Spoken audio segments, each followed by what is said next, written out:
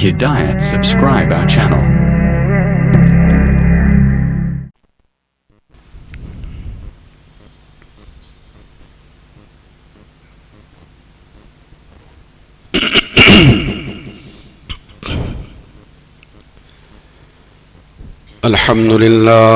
الحمد لله نحمده ونستعينه ونستغفره ونؤمن به ونتوكل عليه ونعوذ بالله من شرور أنفسنا ومن سيئات أعمالنا ونعوذ بالله من شرور أنفسنا ومن سيئات أعمالنا ونعوذ بالله من شرور أنفسنا ومن سيئات أعمالنا من يهده الله فلا مضل له ومن يضلل فلا هادي له ونشهد أن لا إله إلا الله وحده لا شريك له ونشهد أن سيدنا ونبينا وشفيعنا ومولانا محمدا عبده ورسوله صلى الله عليه وعلى آله وأصحابه وبارك وسلم تسليما كثيرا أما بعد فأعوذ بالله من الشيطان الرجيم بسم الله الرحمن الرحيم يا أيها الذين آمنوا كتب عليكم الصيام كما كتب على الذين من قبلكم لعلكم تتقون صدق الله العظيم اللهم صل على سيدنا مولانا محمد وعلى آل سيدنا مولانا محمد وبارك وسلم اللهم صل على سيدنا مولانا محمد وعلى آل سيدنا مولانا محمد وبارك وسلم اللهم صل على سيدنا مولانا محمد وعلى آل سيدنا مولانا محمد وبارك وسلم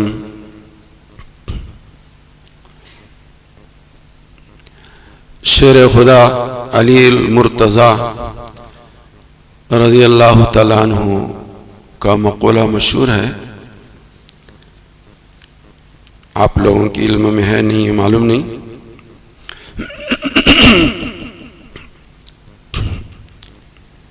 حضرت علی فرمایا کرتے تھے کہ حضرت محمد رسول اللہ صلی اللہ علیہ وسلم کی امت کو اللہ عذاب نہیں دینا چاہتے. اللہ میاں عذاب دینا نہیں چاہتے. اگر امت کو عذاب دینا ہوتا تو اللہ پاک امت کو دو چیزیں نہ دیتے. دو چیزیں نہ دیتے. وہ دو چیزیں کیا ہیں؟ فرمایا سب سے پہلی چیز سورہ اخلاص. سورہ اخلاص بہت بہت بہت بڑی دولت. حضرت مولانا یونس صاحب پالن پوری اللہ ان کی عمر و برکت دے، وہ جان جاتے ہیں، وہ بیان کرتے ہیں میں بھی تمہیں کچھ تحفہ دیتا ہوں. لوگ ہیں وہ تحفے میں کیا دیتے ہیں؟ سورہ اخلاص. صبح 10 مرتبہ، شام میں 10 مرتبہ سورہ اخلاص پڑھو. اللہ مجھے بھی، آپ کو بھی، سب کو توفیق دے. ہم سب جانتے نہیں، اس نہ جاننے کی وجہ سے بڑی بڑی دولتوں سے، نعمتوں سے محروم ہیں. بہت بڑی دولت، بہت بڑی دولت. اور بالخصوص ہمارے بزرگوں نے بات لکھی ہے کہ بیماری میں بیمار کو سورہ اخلاص خوب پڑھنا چاہیے. بیماری میں، اور بیماریوں میں بھی اس بیماری میں کہ جس بیماری میں بیمار کو یہ یقین ہو، چلا ہو کہ میں اب صحت یاب نہیں ہوں گا، تو کیا کرنا اس میں؟ لا الہ الا اللہ پڑھتے رہو بولے تو ڈرتے ہی انہوں بول رہے ہیں جو انہوں بھی سمجھ رہے ہیں کہ میں ویزا آ گیا ہے اور ٹکٹ بھی آ گیا.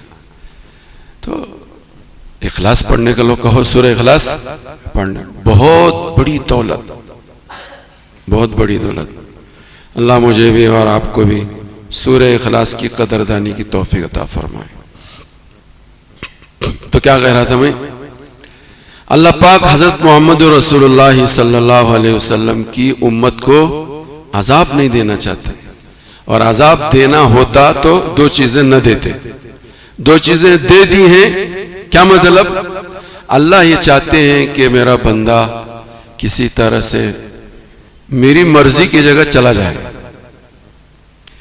میری مرضی کی جگہ چلا جائے. یہ اللہ بھی چاہتے ہیں، لیکن کچھ اختیار دیا ہے مجھے اور آپ کو اختیار دیا ہے. ہمارے بزرگوں نے یہ بات لکھی ہے کہ تقدیر کی دو قسمیں ہیں. تقدیر کی دو قسمیں ہیں، ایک تقدیر مبرم اور تقدیر معلق. یہ تقدیر مبرم جو ہے یہ بہت مختصر تھوڑی سی چیزیں ہیں کہ جو ہونی ہے، اس کو کوئی ٹال نہیں سکتا، دعا بھی اس کو ٹال نہیں سکتی. یہ بہت تھوڑی سی چیزیں ہیں. لیکن تقدیر معلق زندگی کے بتھیرے مسائل ایسے ہیں کہ اللہ نے اس کو تقدیر معلق میں رکھا ہے. بندہ یہ کرے گا تو اس کی وجہ سے میں یہ کروں گا، بندہ یہ کرے گا تو اس کی وجہ سے میں یہ کروں گا، بندہ دعا مانگے گا میں اس کو یہ نعمت دوں گا، بندہ نماز پڑھے گا میں اس کو یہ نعمت دوں گا، بندہ دین کا کام کرے گا میں اسے یہ دوں گا، بندہ رحم کھائے گا میں اس کے اوپر دنیا میں رحم. اس کو کہتے ہیں تقدیر معلق. اللہ نے زندگی میں بہت ساری چیزیں تقدیر معلق میں رکھی ہے، میری تمہاری سب کی. تقدیر مبرم میں بہت کم چیزیں ہیں. مثال کے طور پر تقدیر مبرم میں موت ہے. 65 سال کی عمر میں اسے موت آئے گی، اسے ضرور. نیچے کا اوپر ہوندے نہیں تو اوپر والا نیچے ہوندے، یہاں کا وہاں جاندے نہیں تو وہاں کا یہاں جاندے. اس کی یہ تقدیر مبرم میں لکھا ہوا ہے. تو سورہ اخلاص کے بارے میں کہہ رہا تھا میں. سورہ اخلاص اس کا ہم سب اہتمام کرنے والے بنے. اور دوسری چیز حضرت علی فرمایا کرتے تھے کہ اللہ پاک نے امت محمدیہ کو رمضان دیا. امت محمدیہ کو رمضان بہت بڑی دولت. اور یہ رمضان کا مہینہ ملا ہی اس لیے ہے کہ اللہ میری آپ کی سب کی مغفرت کرنا چاہتے ہیں. 11 مہینے کے سارے کالے کرتوتوں پر پانی پھیر کر پاک و صاف شیشے کی طرح سے صاف و شفاف کرنا چاہتے ہیں. اس لیے رمضان کا مہینہ ہے، اس لیے رمضان کا مہینہ ہے. اللہ مجھے بھی آپ کو بھی سب کو قدردانی کی توفیق عطا فرمائے. بہت مبارک مہینہ ہے. اسی لیے بار بار میں پچھلے ہر سال سنایا آپ کو، اور حضور کی حدیث میں بار بار اپنے سنی. حضور کسی بھی وہ ہم شب برات میں 2 رکعت عمر درازی کی پڑھتے ہیں، حضور سے کہیں ثابت نہیں. 2 رکعت عمر درازی کی کہیں ثابت نہیں کہ حضور نے عمر درازی دعا کی. لیکن رمضان کا مہینہ آتا تو رجب سے ہی دعا کرتے، اللہ رجب میں برکت دے، شعبان میں برکت دے، اور رمضان تک ضرور پہنچا. اس لیے کہ رمضان مہینہ ہی ایسا ہے. رمضان کا مبارک مہینہ ہی بڑا مبارک مہینہ ہے، بڑا مبارک مہینہ. حضور نے فرمایا، کیا فرمایا؟ آتاکم رمضان شہر برکت. اللہ نے تم کو برکت والا مہینہ رمضان دیا. رمضان شہر برکت یغشاکم اللہ فیہ، اللہ تمہیں رحمت میں ڈھانپ لیتے ہیں. یغشاکم اللہ فیہ، اللہ تمہیں رحمت میں ڈھانپ لیتے ہیں. فینزل الرحمہ، مسلا دھار بارش کی طرح سے تمہارے اوپر رحمتوں کی بارش برساتے ہیں. وَيَحُطُّ الْخَطَايَا، تمہارے گناہوں کو معاف کرتے ہیں، تمہارے گناہوں کو معاف کرتے ہیں، دودھ کے دھلے ہو جاتے ہیں. جس نے رمضان کی صحیح معنوں میں قدردانی کی، اللہ گناہ بھی معاف کر دیں گے وہ گناہوں کی گواہی بھی ختم کر دیں گے، صاف ستھرے ہو جائیں گے، پاک صاف ہو جائیں گے، اللہ کے مقبول اور محبوب بندے ہو جائیں گے۔ یہ رمضان کا مبارک مہینہ وہ مہینہ ہے۔ وَيَحُطُّ الْخَطَايَا وَيَسْتَجِيبُ فِيهِ الدُّعَاء، رمضان کے مبارک مہینے میں تمہاری دعاؤں کو اللہ ضرور قبول کرتے ہیں، ضرور قبول کرتے ہیں۔ وَيَسْتَجِيبُ فِيهِ الدُّعَاء، دعا قبول کرتے ہیں۔ کتنے لوگ دعا میں لگے ہیں، کتنے لوگ اپنے گناہوں کی مغفرت کے مانگنے میں لگے ہیں، کتنے لوگ اپنی اپنی جھولیاں پھیلا کر خدا کی رحمتوں کو اپنی جھولیوں میں لے رہے ہیں۔ یہ ہر آدمی اپنے اپنے گریبان میں جھانک کر دیکھنے کی چیز ہے کہ ہمارا وقت کہاں کتنا لگا، اس مہینے میں بھی کہاں کتنا لگ رہا ہے، اور دنیا میں ہمارا وقت اس مہینے میں بھی کتنا لگ رہا ہے۔ ابھی 2 دن پہلے ایک ہمارے پاس ہمارے محلے کا ہے، ابھی محلے میں نہیں ہے، وہ نوجوان آیا تو بولا کہ مولانا میں تمہارے سے ملنے کو 2-3 دن سے چاہ رہا تھا، آج میں آپ کی خدمت میں آیا ہوں۔ 11 بج رہے تھے بدھ کے دن، کیا پوچھنا ہے پوچھو۔ تو کہنے لگے کہ میں ٹھیلے پر کچھ تلا بھنا بیچتا ہوں، سال بھر بیچتا ہوں، رمضان میں بھی بیچتا ہوں۔ سال بھر میرا جس کے مکان کے سامنے میں ٹھیلا لگاتا ہوں، وہ گاڑی لگاتا ہوں، تو 11 مہینے میرے پاس سے 2000 روپے لیتا ہے، ہر مہینہ 2000۔ کارپوریشن والے ہر دن 50 روپے، ہر دن 50 روپے کا مطلب 1500 روپے ہوئے، اور وہ جس کے گھر کے سامنے لگاتے اس کے 2000۔ تو پھر کیا پوچھنا چاہتا ہے؟ نہیں، ابھی رمضان میں انہوں میرے پاس 25,000 روپے مانگ رہے ہیں۔ کہتے کمانے کا سیزن ہے، یہ کمانے کا مہینہ ہے، یہی تو کمانا ہے۔ 25,000 روپے مانگتے ہیں تو کیا ہوا؟ 25,000 روپے کیا تمہیں فائدہ ہوتا ہے کہ نہیں؟ فائدہ تو ہے، اس میں بھی فائدہ ہے، لیکن اتنا زیادہ فائدہ نہیں ہوتا۔ تو کیا پوچھنا چاہتے ہیں؟ میں یہ پوچھنا چاہتا ہوں، کیا میں وہ 25,000 میں میں اپنی زکوٰۃ کی رقم دے سکتا ہوں کیا نہیں؟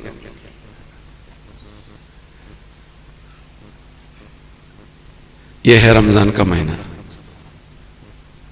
یہ ہے رمضان کا مہینہ۔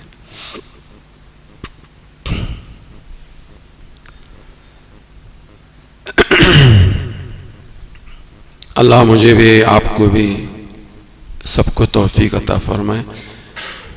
آپ لوگوں نے بار بار وہ روایت سنی ہے، اللہ مجھے بھی سمجھنے کی توفیق دے، آپ سب کو بھی سمجھنے کی توفیق دے۔ سب سے زیادہ مجھ سے آپ سے محبت کرنے والے کون؟ اللہ کے بعد اللہ کے رسول ہیں۔ میں یہ بات کبھی آج تک اس کا تذکرہ نہیں کیا، اس لیے آج تذکرہ کر رہا ہوں۔ سب سے زیادہ محبت کرنے والے مجھ سے اور آپ سے وہ ہیں حضرت محمد رسول اللہ کے بعد حضور ہیں۔ اتنے شفیق، اتنے مہربان، قرآن نے کہا انک لرؤوف رحیم، اس سے بڑی دلیل کیا چاہیے؟ اور کسی ماں کے بارے میں، کسی باپ کے بارے میں قرآن میں انک لرؤوف رحیم نہیں ہے۔ آیا ہے تو کس کے لیے آیا ہے؟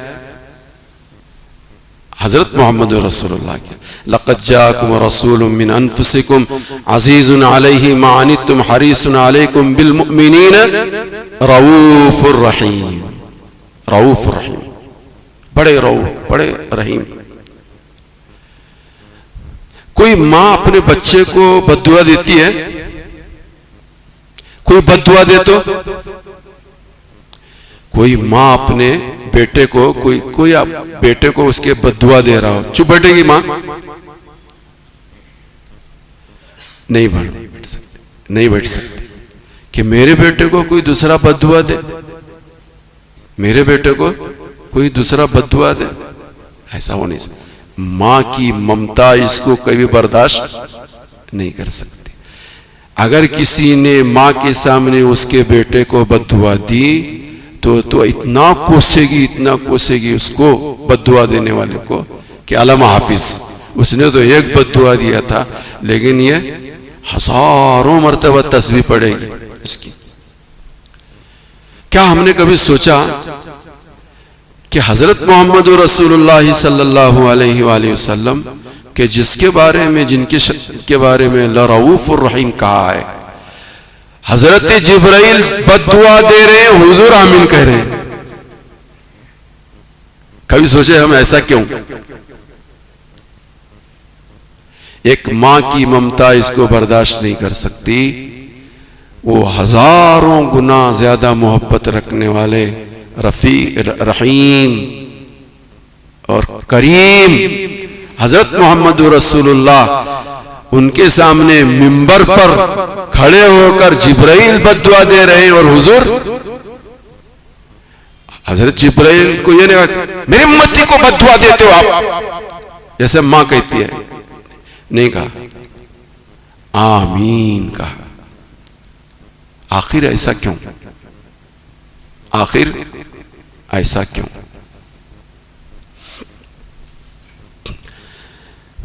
بہت ساری اس کی حکمتیں علماء نے، مشائخ نے، بزرگوں نے نقل کی ہوں گی. ایک بات کہہ کر کے میں اپنی بات کو پوری کرنے کی کوشش کرتا ہوں. در حقیقت اللہ پاک اس مبارک مہینے میں چھوٹے چھوٹے بہانوں سے، معمولی بہانے سے اللہ پاک اپنے بندے کی مغفرت کرتے ہیں. چھوٹے چھوٹے بہانے سے، معمولی بہانے سے. اور بلکہ ہمارے بزرگوں نے تو یہ کہا کہ دنیا 11 مہینے کا بچھڑا ہوا، روٹا ہوا، 11 مہینے کا خدا سے بچھڑا ہوا، روٹا ہوا اس مہینے میں آئے اور ایک مرتبہ یا اللہ کہے تو اللہ پاک 3 مرتبہ کہتے ہیں لبیک یا عبدی، لبیک یا عبدی، لبیک یا عبدی. وہ ایک مرتبہ یاد کرتا ہے تو اللہ 3 مرتبہ سے یاد کرتے ہیں.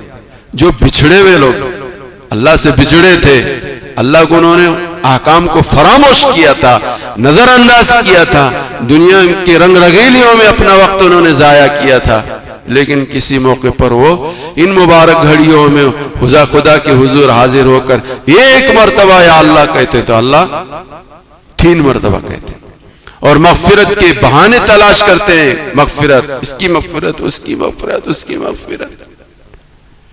لیکن اس کے باوجود بھی اگر کسی کی مغفرت کا فیصلہ اللہ نہیں کرتے تو کیوں نہیں کرتے؟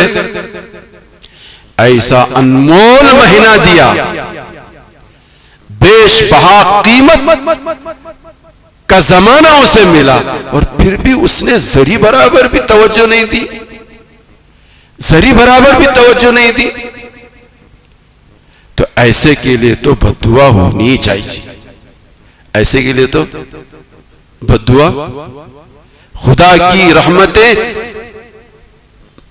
ہواؤں کی تیزی کی طرح سے میری اور آپ کی طرف چل رہی ہیں ہوائیں، اور ذرا بھی میں ادھر متوجہ ہونے کو تیار نہیں، ذرا بھی میں ایسا کام کرنے کو تیار نہیں کہ خدا اس کام کو بہانہ بنا کر میری مغفرت کر دے.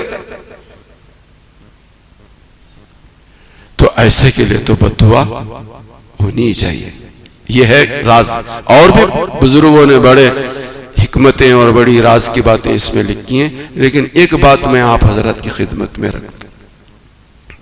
میرے بھائیوں، بزرگوں، دوستوں، اللہ پاک نے مجھے اور آپ کو رمضان جیسا مبارک مہینہ دیا. میں نے پچھلے سال شاید سنایا تھا آپ کو، علماء نے بات کو سمجھانے کے لیے باتیں، واقعات پیش کی ہیں.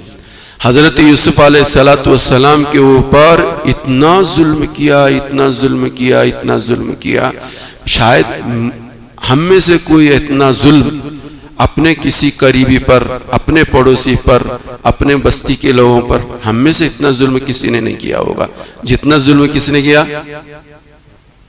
حضرت یوسف علیہ السلام کے بھائیوں نے حضرت یوسف پر کیا، اور سب میں چھوٹے یوسف علیہ السلام.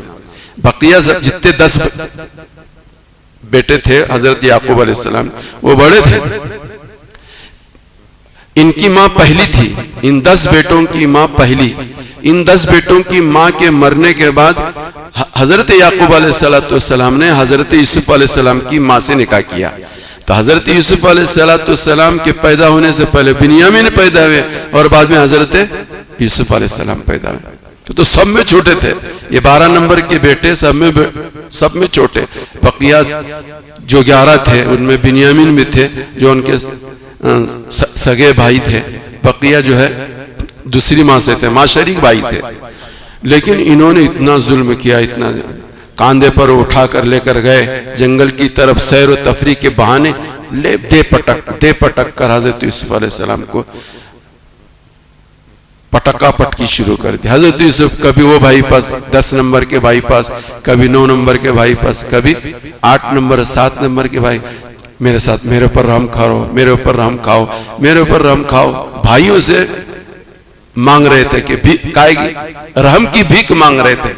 تو یہ بھائی سب کیا کہہ رہے تھے, وہ جو تیرے خواب جو دیکھا ہے نہیں, 11 ستارے سجدہ کر رہے ہیں, ان 11 ستاروں کو تو بلا لے, ان سے مدد لے لے, ان سے مدد لے, ہم تیری مدد نہ کرنے کی.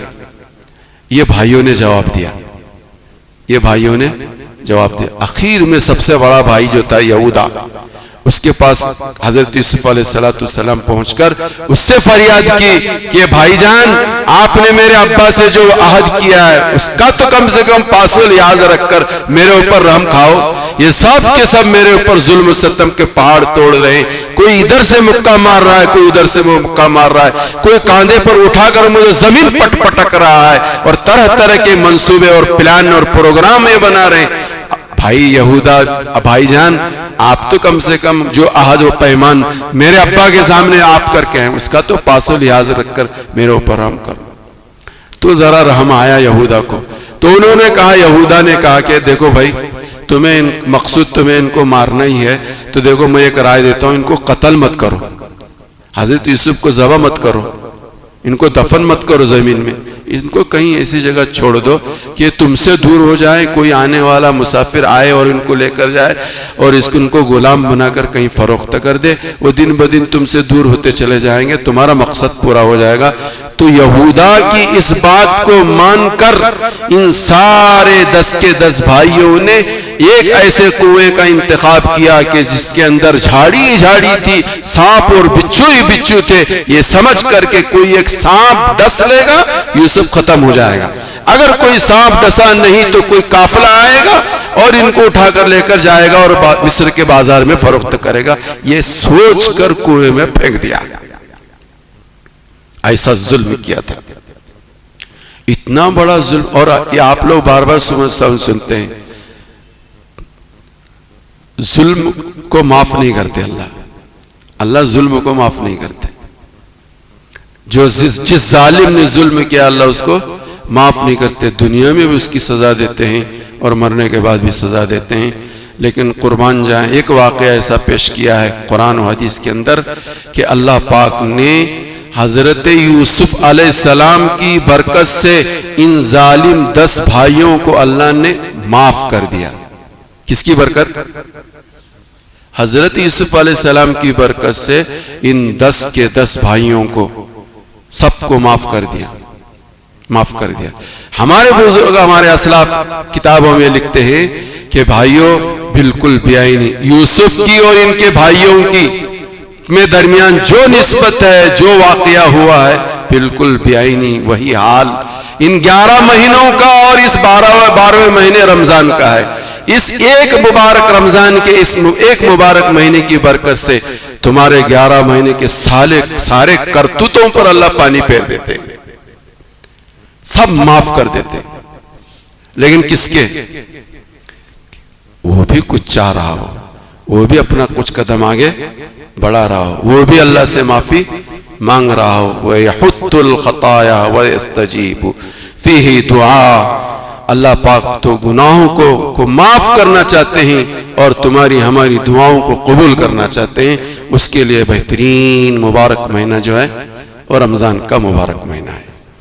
اللہ مجھے بھی آپ کو بھی سب کو سمجھنے کی توفیق عطا فرمائے. مرے ہوئے مردے, یہ بھی میں کئی مرتبہ سنایا ہوں, اور مردوں میں ہمارے مردے نہیں, ان کے بھی مردے, مرے ہوئے مردے, مردوں میں ہمارے ہی مردوں میں ہمارے مردے نہیں بلکہ ان کے بھی مردے، ان کے بھی مردے یہ کہتے ہیں کاش کہ سارا زمانہ رمضان ہوتا، سارا سال رمضان ہوتا تو اچھا ہوتا. وہ سمجھ رہے ہیں، میں نہیں اور آپ نہیں سمجھ رہے. وہ سمجھ رہے ہیں، وہ سمجھ نہیں رہے ہیں، وہ تمنا کر رہے ہیں کاش کہ سارا سال سارا زمانہ رمضان ہوتا تو ہمارا بھی بیڑا پار ہوتا، اور ہمارا بھی بیڑا پار ہوتا. لیکن ایسی مبارک گھڑیاں اللہ گاہے بگائے دیتے ہیں، کبھی کبھی دیتے ہیں، وقتاً فوقتاً ایک فاصلے کے بعد دیتے ہیں تاکہ اس کی قدر دانی کرے. اس کی نہ ہر رات شب قدر ہوتی تو شب قدر بھی بے قدر ہوتی. ہر رات شب قدر ہوتی تو شب قدر بھی بے قدر ہوتی. یہ بھی اللہ کا کرم ہے، یہ بھی اللہ نے ہماری اور آپ کی بھلائی سوچ کر اللہ نے ایک مہینہ رکھا. کم سے کم اس کی ناقدری نہ ہو، قدردانی نہ کرے تو نہ کرے، کم سے کم ناقدری تو نہ کرے. ناقدری پر بھی اللہ پاک بہت سخت گرفت فرماتے ہیں، اور ہلکی سی قدردانی پر بھی اللہ پاک بڑا سے بڑا ہی نہ. ارے ہم تم تو سب مسلمان ہیں، اللہ کے سامنے اللہ کے قدموں پر اپنے ماتھے کو رکھنے والے ہیں. جن دنیا کے جن بے ایمانوں نے بھی اس کی قدردانی کی ہے، اللہ نے ان کی اس بے ایمانی کے باوجود، ان کی اس بے ایمانی کے باوجود کسی رمضان کے کسی دن کی انہوں نے قدر کی. اللہ کو وہ قدردانی اتنی پسند آئی، اس کو ان کو اللہ کو اتنی ادا پسند آئی، اسی کی وجہ سے اللہ پاک نے ان کو ایمان کی دولت دی موت سے پہلے. اور وہ جنت میں ٹہلتے ہوئے لوگوں نے اپنے خواب میں دیکھا. لوگوں نے اپنے خواب میں، خواب دیکھنے والے نے کہا کہ تو مجوسی تھا، تو ایک اللہ کو ماننے والا نہیں تھا، تو کسی اور کی پوجا پاٹ کرنے والا تھا، انیک خداؤں کے سامنے اپنے سر کو جھکانے والا تھا، لیکن تو جنت میں. اس نے پلٹ کر جواب دیا یقیناً میں انیک خداؤں کے سامنے اپنے ماتھے کو ٹیکنے والا تھا، لیکن تمہارا ایک رمضان کا مہینہ تھا، اس میں میں نے اپنے بچے کو دیکھا تھا کہ وہ رمضان جیسے عظیم مبارک مہینے کے اندر کھلم کھلا کھاتا پھر رہا تھا. میں نے اپنے بیٹے کو ڈانٹا تھا، تو جانتا نہیں کہ یہ مہینہ کون سا ہے، رمضان کا مبارک مہینہ. اس مہینے میں لوگ مسلمان روزہ رہتے ہیں، کھلم کھلا کھاتا پھرتا ہے. باپ نے بیٹے کو تنبیہ کی تھی، اللہ کو یہ ادا پسند آئی. باپ کو موت سے پہلے ایمان کی دولت دے کر اللہ نے اپنے پاس بلایا اور جنت میں بھیج دیا. میں اور آپ نہ سمجھے بہت مبارک مہینہ ہے. پھر وہ بات کہہ کر میں بات کو کہتا ہوں، اللہ کو عذاب دینا مقصود ہوتا تو اللہ دو چیزیں مجھے اور آپ کو نہ دیتے، ایک سورہ اخلاص اور دوسرا رمضان. اللہ مجھے بھی اور آپ کو بھی سب کو قدردانی کی توفیق عطا فرمائے. روزے کا اہتمام بہت اہتمام کے ساتھ اہتمام ہو، کسی کا روزہ ہمارا ناگا نہ ہو، اور اس کی ہلکی قدردانی، سب سے نچلی قدردانی یہ ہے کہ آپ تہجد نہیں پڑھتے، اشراق نہیں پڑھتے، چاش نہیں پڑھتے، اوابین نہیں پڑھتے. نہیں، یہ تو نہیں پڑھو کر کے نہیں بول رہا میں، نہیں پڑھتے ہیں تو اتنا بڑا نقصان نہیں ہے.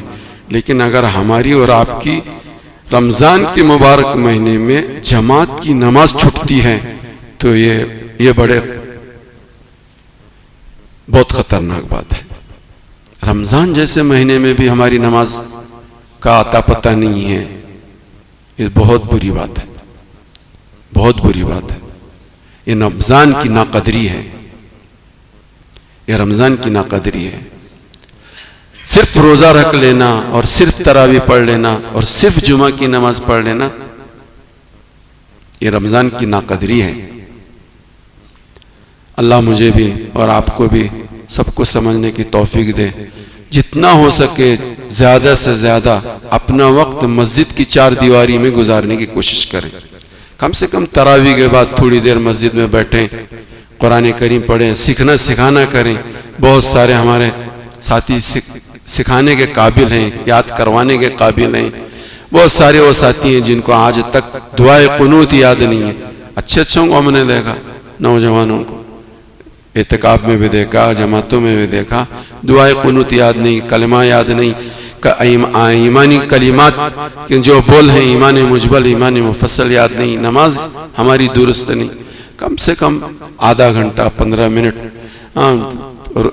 ظہر کے بعد، عصر کے بعد یا عشاء کے بعد جو ہے اپنا وقت لگا سکتے ہیں، اور رمضان کی برکتوں سے اور رمضان کی رحمتوں سے ہم اپنے جھولیوں کو بھر سکتے ہیں، جھولیوں کو بھر سکتے ہیں. اور دعاؤں کا اہتمام، خصوصیت کے ساتھ دعاؤں کا اہتمام بہت زیادہ کرنا چاہیے. ملک ہمارا بہت تیزی کے ساتھ نفرت کی آگ میں جل رہا ہے، نفرت کی آگ بھڑک رہی ہے بہت تیزی کے ساتھ. اس کو میں کیا کیسے کہوں آپ سب کے سامنے کہ پچھلے زمانے میں تو چیلے چپاٹے تھے، وہ کتوں کی طرح سے بھونکتے تھے اسلام پر، مسلمانوں پر. اب گرو گھنٹال بھونکنے لگ گئے، اب تو گرو گھنٹال بھونکنے لگ گئے.